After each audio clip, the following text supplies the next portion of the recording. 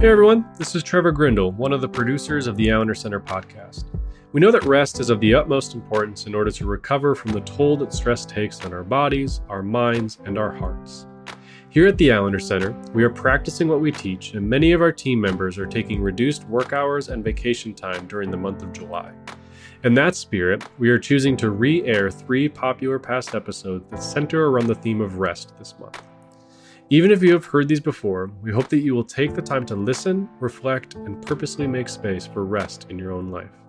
In this episode from 2019, Dan Allender and Becky Allender discuss the profound depths of rest we are invited to in Psalm 131 and what it means to rest in hope. We hope you enjoy the replay of Imagination and Hope in Psalm 131 with Dan and Becky Allender.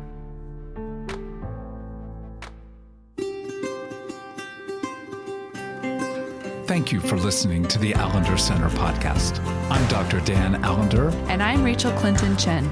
We're fiercely committed to providing hope and healing to a fragmented world. And restoration for the heart.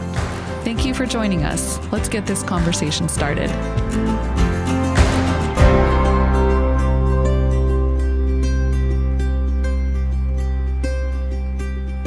This series, we've been considering Psalm 131 and its implications for living, as Becky said last time, like a human being, allowing our hearts to receive the goodness of God in the land of the living so that our bodies and our hearts do not despair.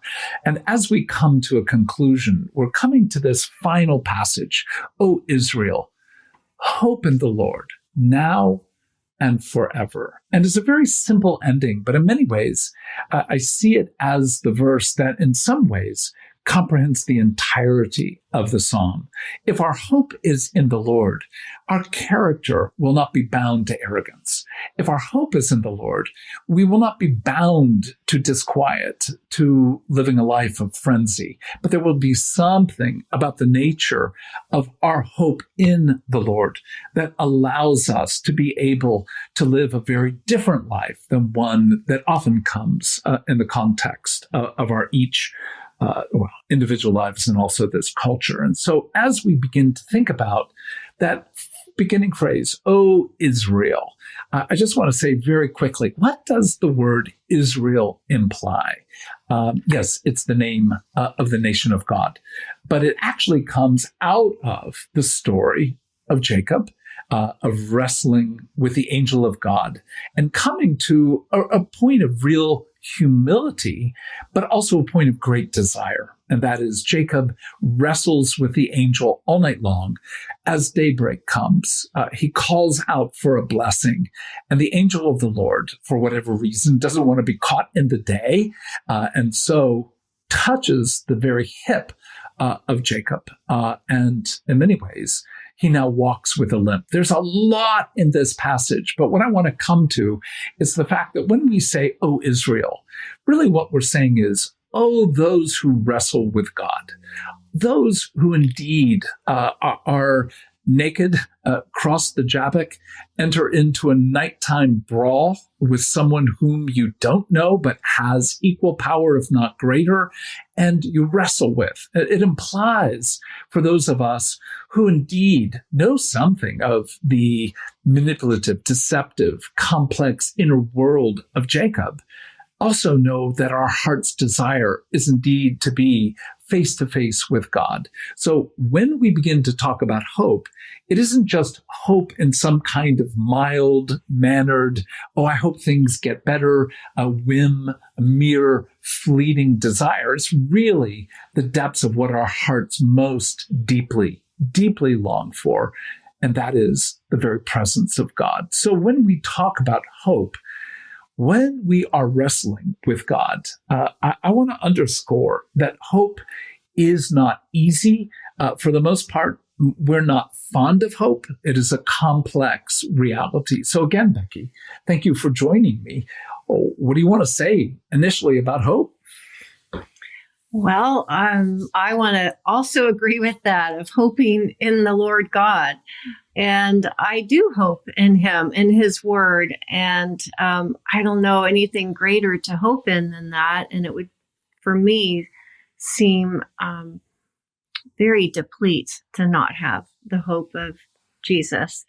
Well, and I often get blamed for taking on Hallmark cards. I don't really have anything against the company, but often Hallmark has cards which offer hope, and yet the hope feels, just as I put it, flimsy, fleeting, just a sort of a strong wish on behalf.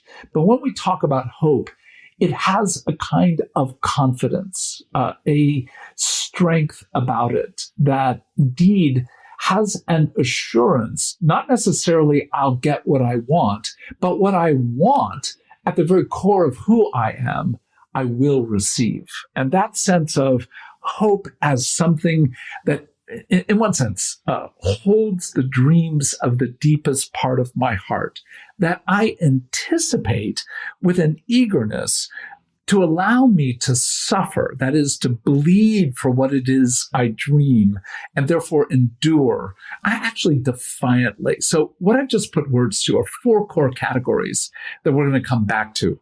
Hope always dreams. It anticipates. It suffers. And it has the capacity to endure. So when you think about dreaming, and in the midst of that kind of, well, hope against hope, hope in the midst of something that has caused you to feel hopeless, what does hope do for you? And what does it do for us as we engage? Well, that's a pretty large question. Okay, what is hope? Well, I think hope keeps me going, for one.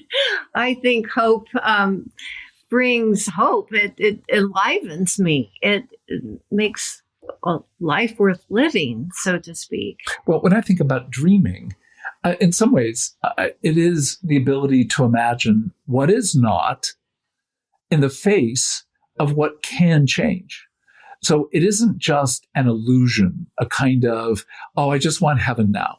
Well, of course we do, but in the reality that likely we will tarry another day, another week, another month, or a number of years. The fact is, dreaming redemption for ourselves. We're to dream, in one sense, a completion of a task, because in that there is a fullness, a shalom that we are meant to enter. And so the capacity to dream, to allow our hearts to envision what is not yet, but is yet meant to be, I think that is one of the hardest things about allowing your heart to desire. And when we do that, I know that my heart is meant to anticipate that completion, even if it takes weeks, months, years to come into fruition. I remember at one point, we did something quite foolish, and yet it was actually brilliant. And that is, you wanted to build our own home. And we had a number of friends who built homes, and they gave us counsel and direction. But I remember saying to you, I want to be involved. I want to be as involved as humanly possible.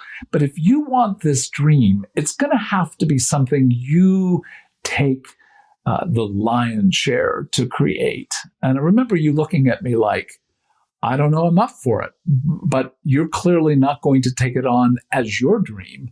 And so your dream ended up over how long a period of time? Trying to get the lot.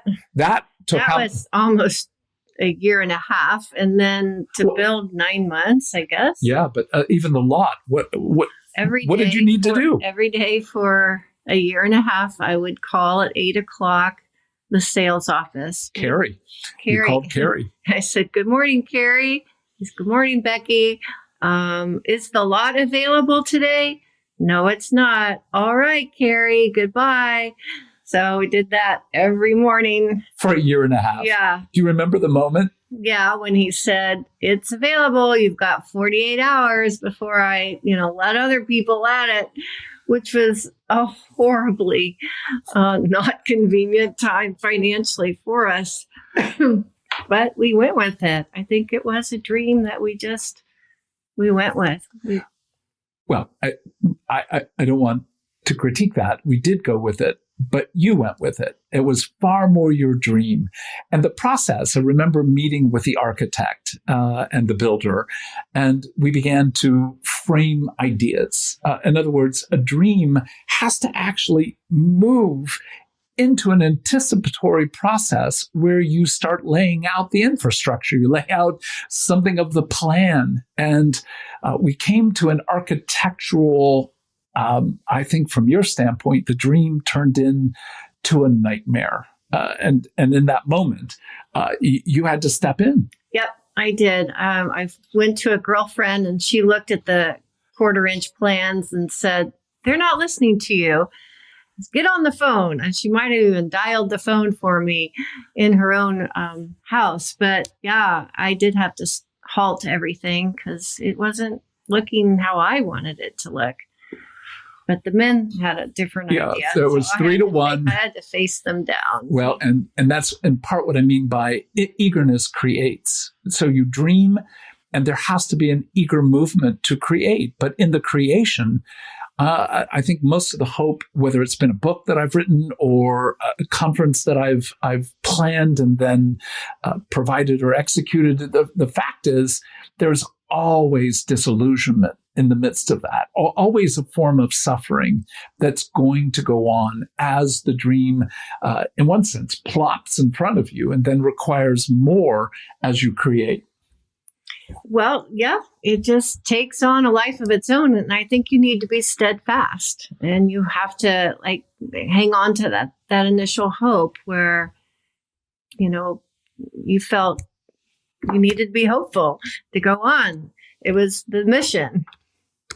Well, in that process, again, to underscore the interplay between suffering and endurance, there was something really, really disruptive about coming back to the architect and the other two, meaning the builder and me, and saying, this is not what I want. I want something that looks like this. And I think we all felt a level of irritation and disappointment that the plans that we had kind of created, or what I thought we created together, actually weren't at all. So that disruptive voice that has to come in the creative process is one that at least I saw you do. And then the endurance. I remember at one point saying to you, look, if there are significant problems, I will always step in, but I want you to take the first and second swing at dealing with the problem, which required of you a level of endurance that I'm not sure in that realm you had done quite as you had done. Mm-hmm. Yeah, you set me up for that. It was good and horrible, both, because I did realize my strength, my voice, my understanding of how we could work with the plans to change them. And yeah, I knew you, I don't remember you even offering to step in. I remember you saying, I can't do any of this. My life is too hard as it is. So if you want to do this, baby, you got to do it yourself. And I think there was only twice that you found me on the floor crying. And you stepped in those 2 times to help me out. Well, I think maybe I'm lauding myself with something that you're questioning, but I think we had a keen understanding that this dream was yours, ours. If you're going to run with it, you're going to have to actually suffer and stay with it.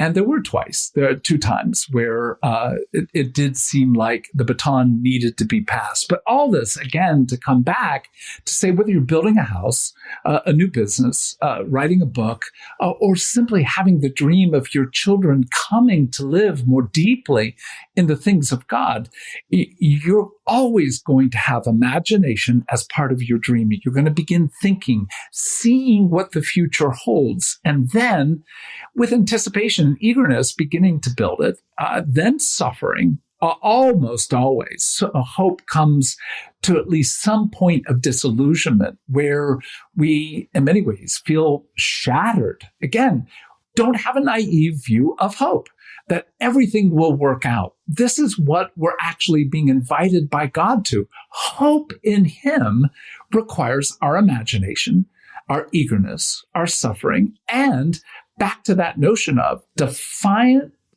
steadfastness where even the data that we are in the midst of disaster has to be engaged by moving forward. So if we're actually being called by God to hope in him, then it has to be, in one sense, a full-bodied hope.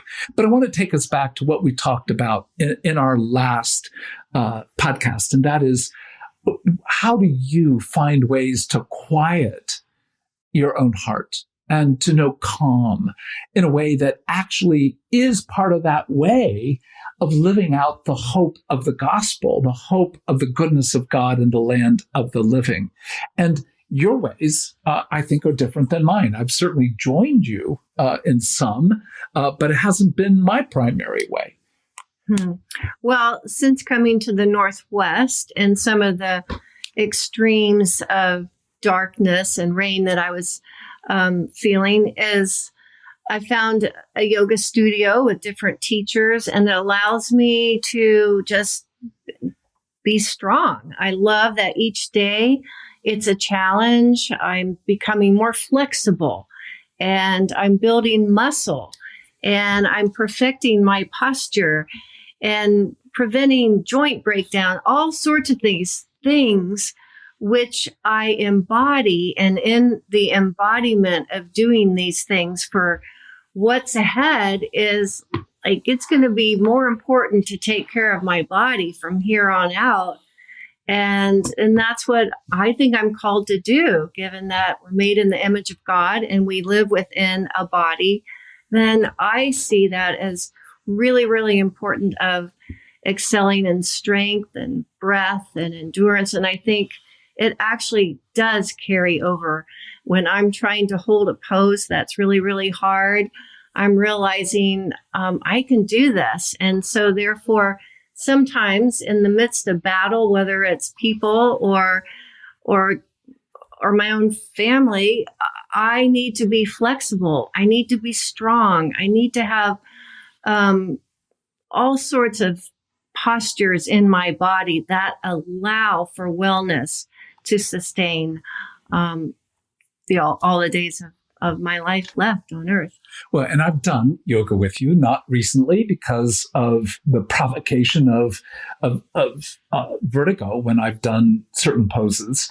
But what I find is you have to have something that allows your body to know peace, calm, even in the midst of the disruptions of the day. And my heart and mind, of course, goes to fly fishing. And that sense of being able to imagine being on a river. And there's a particular river I've fished for over 25 years.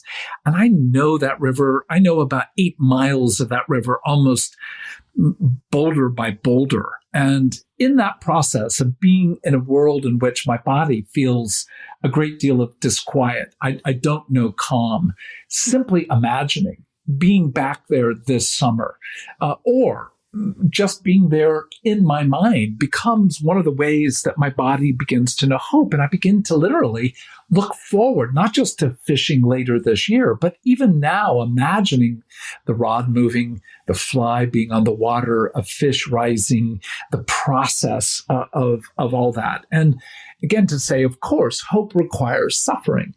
I have to be in shape to be able to do the work of being on this particular river. And so I have to work out 2-3 times a week in anticipation of being able to keep being on the river for as many years as I live.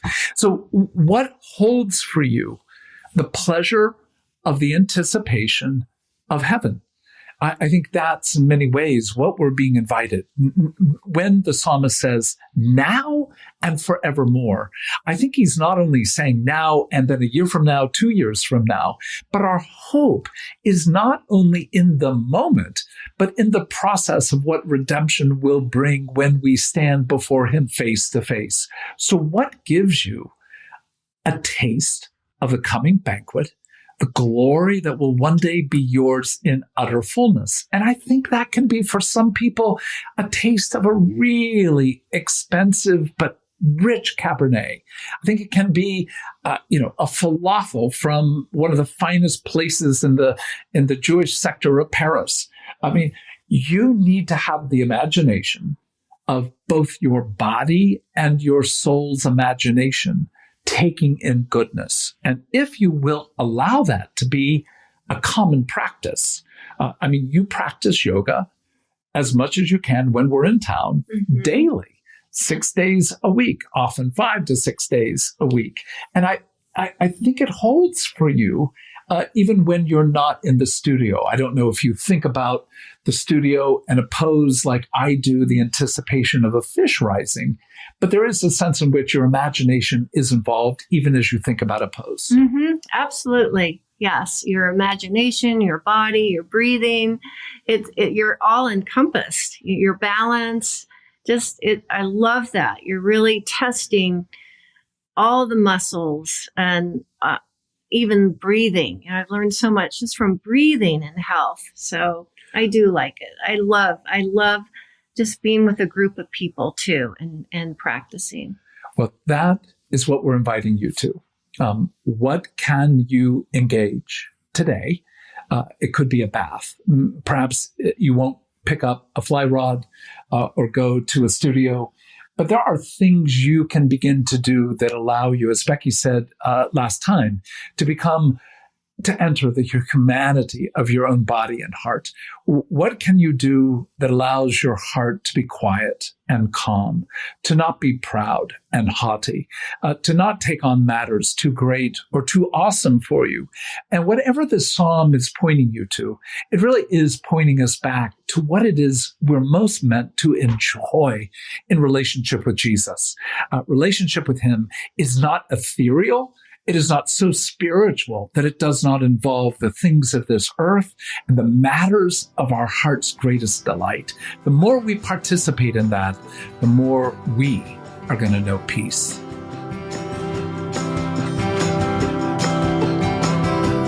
The Allender Center podcast is produced by the Seattle School of Theology and Psychology. If you'd like more information about the Allender Center, you can look at theallendercenter.org.